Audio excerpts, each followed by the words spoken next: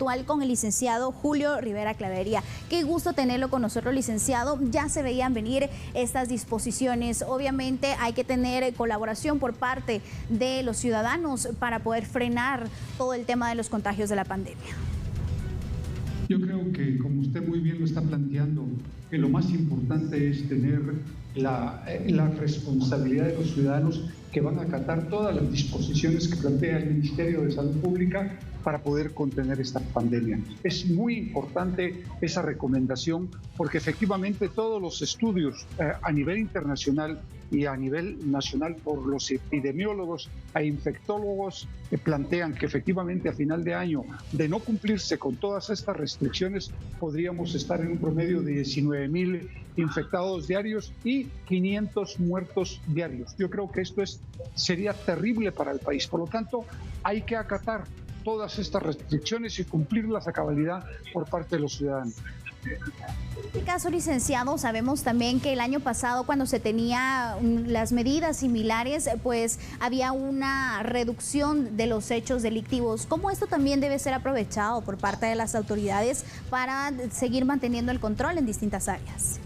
Pues mire, esto es fundamental. Yo creo que efectivamente la Policía Nacional Civil tendrá que seguir con su trabajo, pero sobre todo en el tema de prevención, en el tema de investigación, en el tema de inteligencia, para poder mantener el control del territorio nacional y que efectivamente los guatemaltecos puedan tener la certeza y la seguridad de que no van a ser afectados en sus vidas por parte de la criminalidad.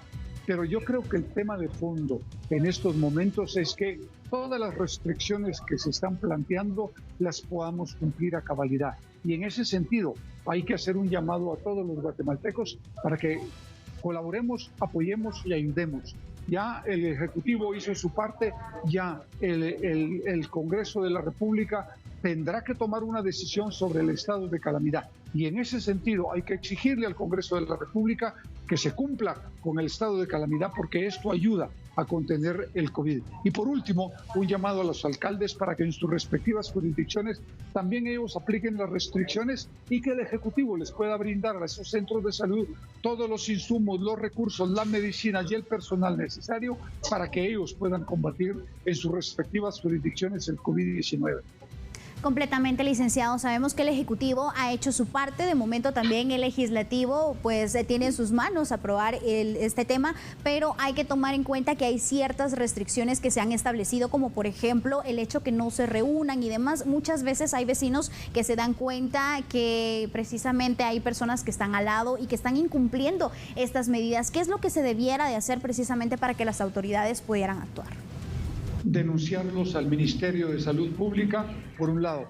Por el otro lado, a la propia Policía Nacional Civil o a los gobernadores o a los alcaldes en sus respectivas jurisdicciones de igual forma. Y le voy a explicar por qué. Porque efectivamente yo sé de algunos casos en que personas que han resultado infectadas por el COVID-19 de manera irresponsable salen a las calles sabiendo que pueden infectar a otras personas y que estas personas pueden infectar a sus familiares y estos fallecer. Estas personas pueden ser puestas a disposición de los tribunales porque están contraviniendo el artículo 301 del Código Penal que habla de la transgresión de las medidas de salud pública y es penado entre 3 y 6 años dependiendo de la gravedad.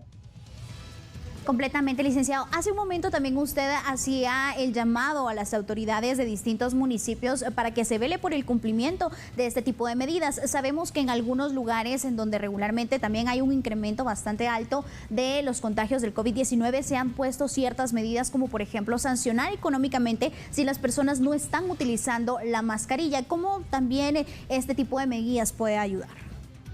Yo creo que es fundamental. Fíjese que de acuerdo con la última resolución del último acuerdo gubernativo que fue planteado por el Ejecutivo, quedó plasmado que efectivamente alguna de las normativas que puede aplicarse va a consistir en multas que van a ir desde 7,000 hasta 125,000, 150,000 quetzales.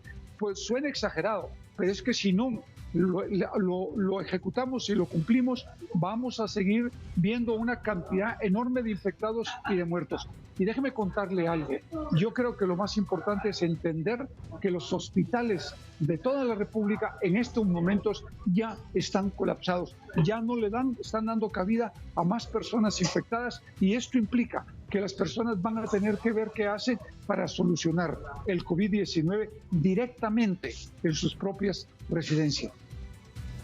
Licenciado, sabemos también que la mayoría de personas que han sido capturadas durante este tipo de medidas están por violentar la ley seca, por estar involucrados en accidentes de tránsito. Recordemos cuáles son las sanciones penales que se tiene para estas personas que no cumplan con esta medida de restricción de movilidad y estén involucrados también en distintos delitos.